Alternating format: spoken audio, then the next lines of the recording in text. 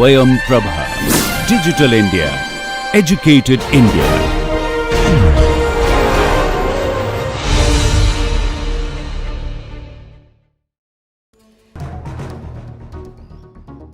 Jnanam Paramam Dheyam.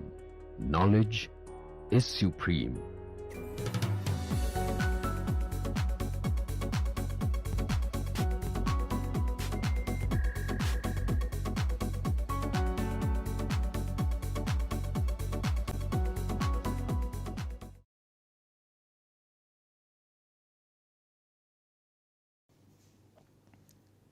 Welcome to MOOC course on applications of interactomics using genomics and proteomics technologies. After studying nucleic acid programmable protein arrays or NAPPA technologies and biomarkers, today Professor Josh Lebert will talk to you about how to discover biomarkers in context of breast cancer. Let me hint you that Dr. Josh Lebert is also medical doctor specialized in breast cancer. So, he brings that perspective not only as a researcher, but also as a clinician to give you a real good understanding about how to use the technology platforms for a very relevant biological problem, breast cancer. This lecture will be more like a case study where Dr. Josh Lebert will walk you through one of his approaches and how to do immune profiling using protein arrays. So, let me welcome Dr. Josh Lebert for his lecture.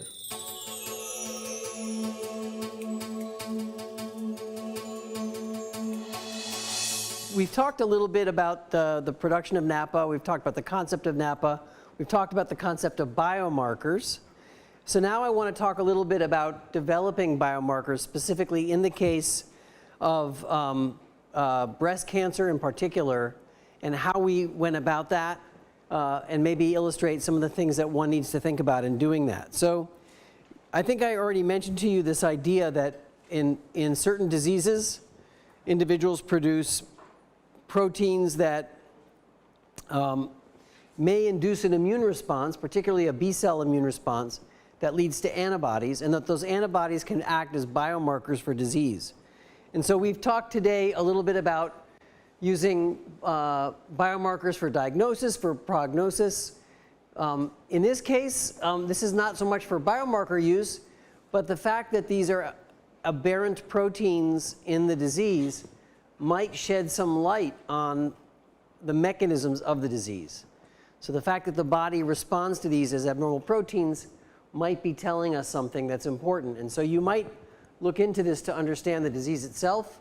Hopefully you could use this to predict a treatment response in some cases, or even help us develop novel treatment regimens. And that becomes especially true if you believe the possibility of using these antigens to vaccinate the patient against the cancer. Can you induce a stronger immune response to kill the cancer? So you remember, I think we talked about this, but I'm going to reiterate a few things in the next few slides, that the classic way to measure an antibody response is this assay called the ELISA assay, which stands for enzyme-linked immunosorbent assay, but nobody says that, they just say ELISA. And the idea is you put your protein in the wells of a dish, you attach the protein to the bottom of the well, you then add to each well the serum from a patient. If the patient has a strong response to that protein, then you'll get a strong response like this. If the serum has no response, you'll get no signal there. Okay? And so that tells you that each well tells you which patients had a response or not. The challenge, of course, as I mentioned before, is that it requires a lot of protein to coat these wells. Some proteins are not easy to make. And you're testing proteins by this method, one protein at a time. And if you want to think like a modern systems biologist and you want to think at scale, you'd rather be testing thousands of proteins at a time.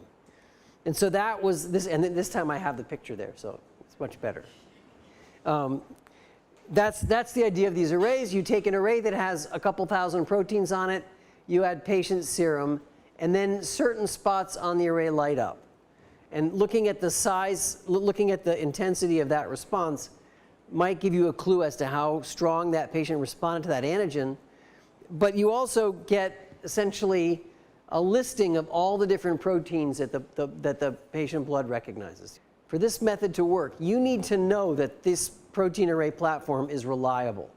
You need to know that when you run it on different days using the same sample, that you're going to get the same answer. Because if you're going, it's one thing to do research and just hope that it worked pretty well and get some responses that you can then follow up in other studies. In this case, you're going to base your clinical decision on whether or not this is a predictable marker, and that only works if the platform is reliable. Okay, so I think I went through this a little bit before. This is the classic way of making arrays, which is to purify the proteins and spot them on the surface, right? So you take purified proteins and print them. It's a method that definitely works. People like Hungju have done this for many years. They purify proteins in high throughput. It has limitations. The amount of protein that you end up printing varies over several logs, so by several orders of magnitude. So much of the protein tends to be on the lower end of that spectrum, so very weak amounts of protein added, and then a few proteins may be, 10,000 times more than that.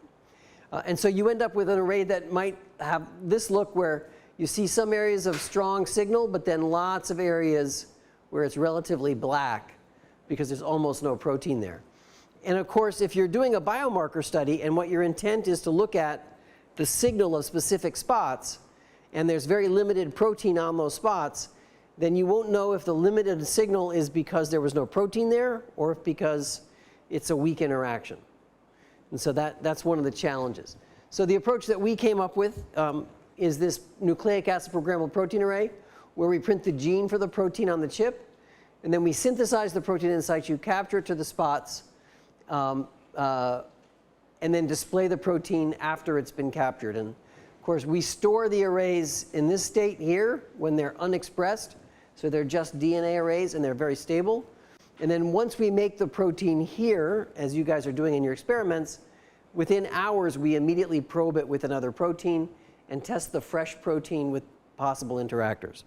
This is the repository of clones that we've been making, and I think I showed you this collection here. This is the actual freezer that we have, and I went through all these various characteristics here. So this is the large collection. Of course, I also showed you this. This is taking a NAPPA array, and we test it for total protein levels by looking at GST, because all the proteins on the array have a GST tag on their C terminus. So if we get staining of GST, it tells us how much protein is present. And if we stain the array for one protein, we get that one protein. And I think we've been through all of these sort of advantages of this approach. Okay, so let's talk now a little bit about rigor. How do we know that what we're looking at is good? Well, the first thing we want to measure is how well does the platform express all proteins, right? So we're going to take the array, we're going to test it for DNA binding, which tells us how evenly we printed. And we're going to test it for protein expression, which shows us that we're displaying all the different proteins and we're displaying them at a reasonable level. And then this is what that looks like. It's summarized quickly, but it shows you for membrane proteins, transcription factors, kinases, large, medium, and small proteins. The green line on the bottom is the level of detection. So if you're above that dotted green line, it means you can detect it. That means it's like 5 standard deviations above background. And then the top green line, of course, is maximum detection.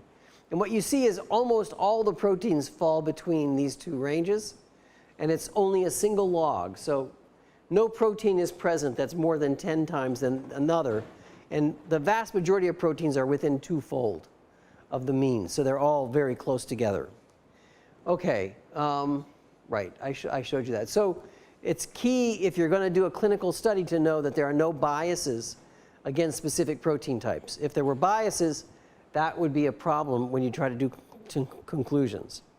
So these are some of the things that we've done with it about the protein phosphorylation, and I'll probably do that in my last talk. I talked a little bit before about mapping protein domains. We talked about the protein interaction studies. And now I'm going to focus a little bit more on biomarker discovery. All right. So this is what we're looking for in biomarker discovery. So here is the DNA array, here's after making protein, and here is after adding serum. Wherever you see a bright spot, especially a red spot, that means that the patient is making very strong antibodies to that protein. Okay, the color, by the way, is a false color. So these are not, it's not really red. What we do is we get a readout of signal intensity, a numerical readout of signal intensity, and then the software adjusts the image, and the color that it represents tells you which, what level of intensity that equals. If we were to do just grayscale intensity, then we would have pretty much only a 10-fold range. By doing different colors, we can cover a larger range. And so typically blue-green is blue is weak, green is stronger, orange is stronger than that. Well, yellow is stronger than that, red is stronger than, orange is stronger than that, and red is the strongest. Okay. All right, so one thing that you notice when you look at this is that we have very uniform levels of protein, so these are all roughly the same intensity. There are a couple weak spots here, but for the most part, they're all very strongly expressed. And of course, I already mentioned that we've expressed them freshly. And then the key here is to compare cases to controls and look for proteins that are only present in the cases. So that's the first part. So now we talked about the advantages of making fresh proteins, getting different classes of proteins well expressed, and looking at the proteins being folded by natural chaperone proteins and natural lysate. Now what we need to know is, if I do this experiment today and I do it next week, will I get the same answer? And so the way we went about testing that was we created a control sample. And to make a control sample, we took several sera from different individuals, mixed them together to make a large volume of a mixed sample that would have a lot of responses. Now, it has a lot of responses because we mixed it. And because we now have a large volume, we can use a little bit of that sample every day we do the experiment. So every day we do the experiment, we take a little bit more of that control sample, and we get the data for that sample. And then we can compare that sample to yesterday and to the day before yesterday, and we can ask, do we get the same signal every day? Right? And so I recommend doing that if you're going to do a clinical study, to build a control sample and run that sample every day you do the study, so you can say that that day everything was working well. If we see that the control sample deviates significantly from what it looked like on the previous days, we'll throw out the data from that day. It's just not worth it. I'd rather have clean data. And so this is what that looks like. Here you see comparing day 1 to day 2. I think you can see that these two arrays look very similar in their intensity. But more importantly, if you map all the signal intensities from all these spots on a dot plot, what you'll see is they all line up on the 45-degree angle here. Right? The signal intensity from this day and this day for that spot is the same, and so on and so forth. They line up pretty well along that line. So that's just comparing 2 days. Now imagine if, here's a couple of other examples, slide A to slide B. Here's another one. We also often will print 2 spots for the same protein on the same array. And the advantage of that is that we can compare intra-array. Do we get similar signals? And again, you see very, very good correlation from spot to spot within an array. So we have good signal intensity within the slide, and we have good correlation from slide to slide. Okay, let's look at it for the entire experiment, and that's what's shown here. What we did was, I told you we took that control sample and we ran it every day we did our experiment. And then here's that same array on different days using that same sample. And then you can plot every day versus every other day using a heat map like this. So the heat map is set up so that if it were bone white, that would be a 90% correlation. And if it was solid red, that would be 100% correlation. So as you can see, no matter which 2 days we compare, nothing gets even close to white. Almost everything is medium pink all the way up to red. And so what that tells us is that no matter what day we compare to any other day, it's better than 96% correlation. So everything agrees really well. So that gives you confidence that when you use this platform and you measure samples, you're going to get the same answer every time. All right, so then one of the things that we want to do is we want to be able to validate the results we get from our discovery study. So we talked about this a little bit earlier today. The discovery study, the observed difference, right, that we talked about, typically, in the early stages of a biomarker study, you're going to begin by looking at a large number of possible variables. You're going to look at as much of the proteome as you can get your hands on, right? So that leads you to this issue of potential overfitting, and but it gives you the advantage of having searched as much possible experimental space as possible to find any marker that's going to correlate with, that's going to be predictive for your disease. So when we begin these studies, we're going to study these days in my lab maybe 15,000 different proteins. That's a pretty good list. Now, attached to that list is a price tag, right? Because by definition, even using NAPPA, to get 15,000 proteins on a slide, we have to do 15,000 DNA mini-preps. And that's a lot of DNA mini-preps. It's certainly easier to do mini-preps than it is to make protein, but it's still a lot of mini-preps. And even if the mini-preps were $2 or $3 American per mini-prep, to do that many mini-preps is nearly $50,000, right? Just to do that number.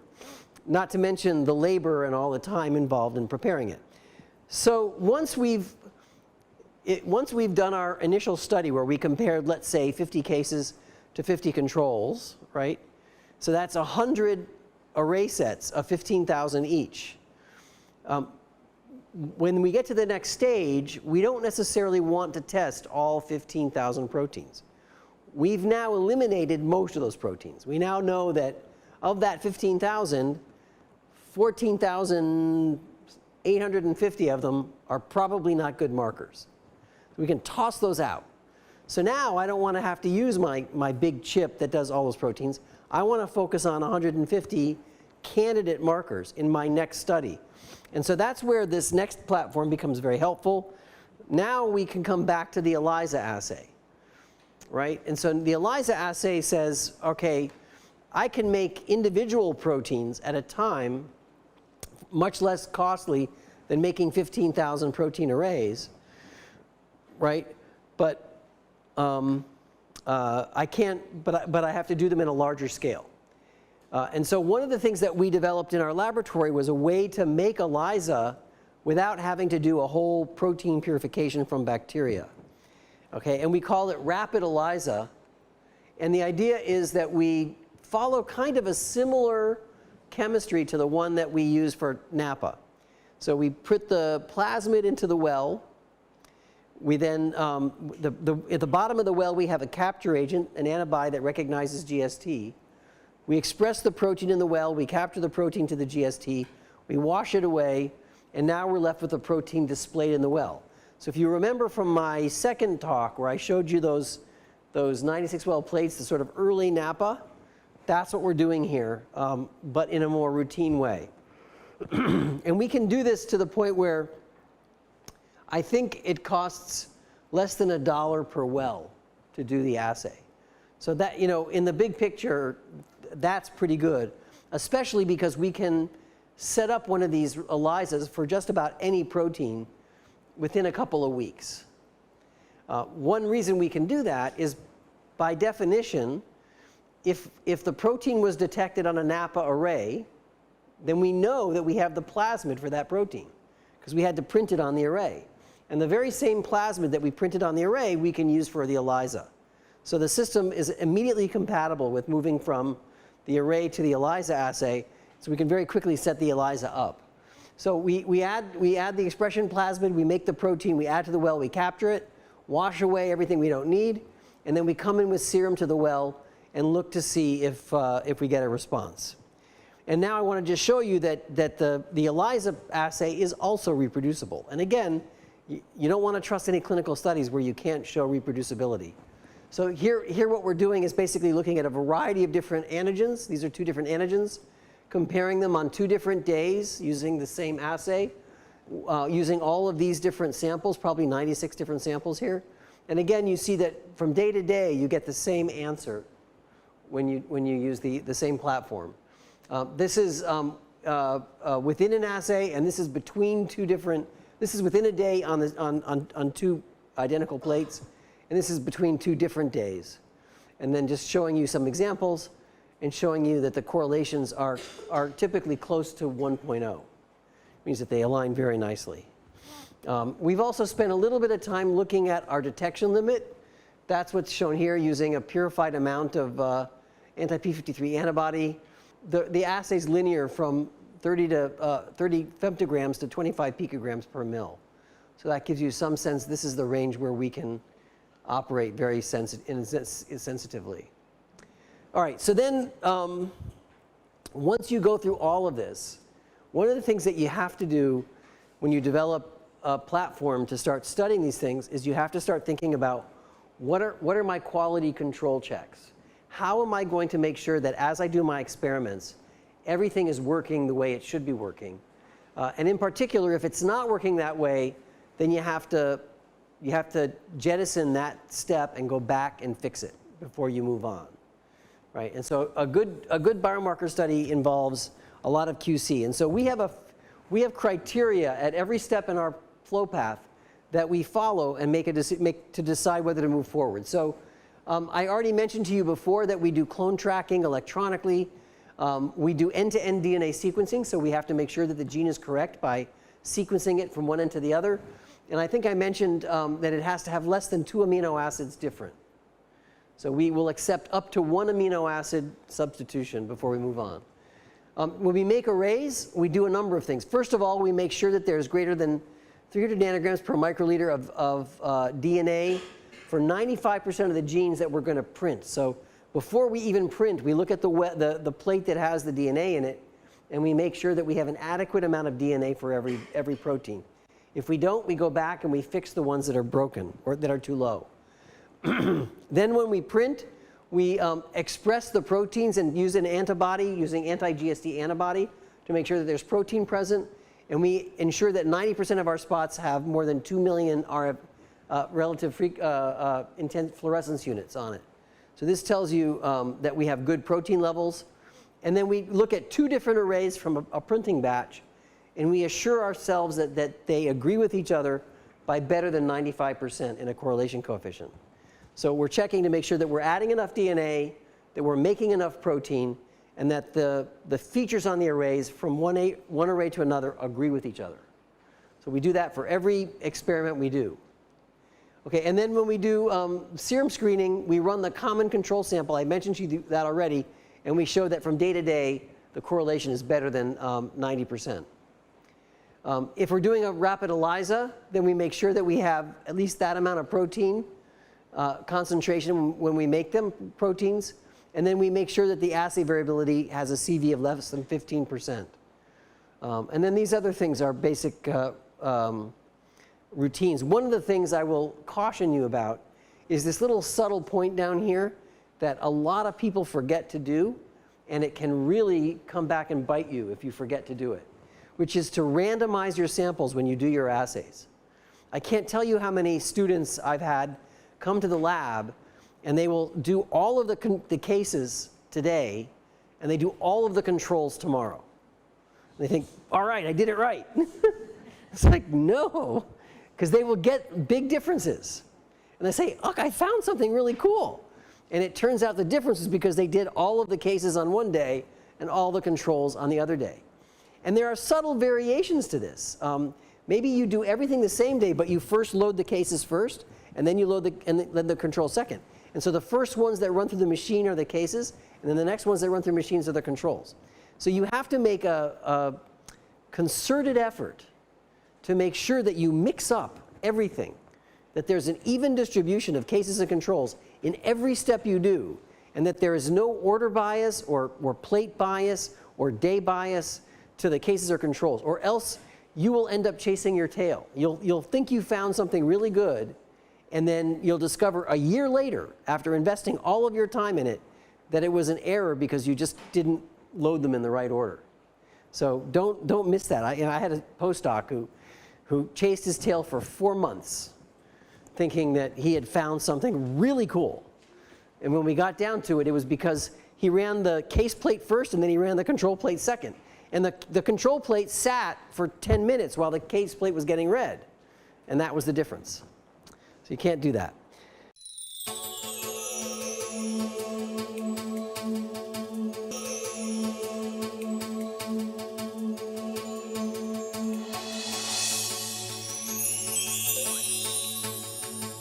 So I'm sure after attending to the lecture, you found this very interesting. You have seen how autoantibody responses for the patients could be measured using protein microarray based platform, especially NAPPA technology, which could be useful for early detection of breast cancer. The intensity of signals, they show how strongly a patient responds to a particular antigen. In a single experiment, you will also know how many antigens a particular patient recognizes. You now know the importance of testing the reproducibility in microarray experiments within the slides, different batches of slides, as well as your day-to-day variations in assay. All this performance has to be recorded, compared to test out the reproducibility of your data and your experiments. Protein microarray platform is definitely very robust technology, but your assay has to be reliable and you need to document the quality control checks and the data to provide the significance, to provide the confidence to the reviewers and to the clinicians who want to take your lead forward for the patient care or actual biological applications. You studied about the challenges one would encounter while developing a biomarker and how to find solutions of these problems. Finally, today you learnt about rapid ELISA, a routine technique which is developed to measure the patient response to any antigen, but at very low cost, usually less than $1 per well. This topic and lecture by Dr. Josh Lebert will be continued in the next lecture. Thank you.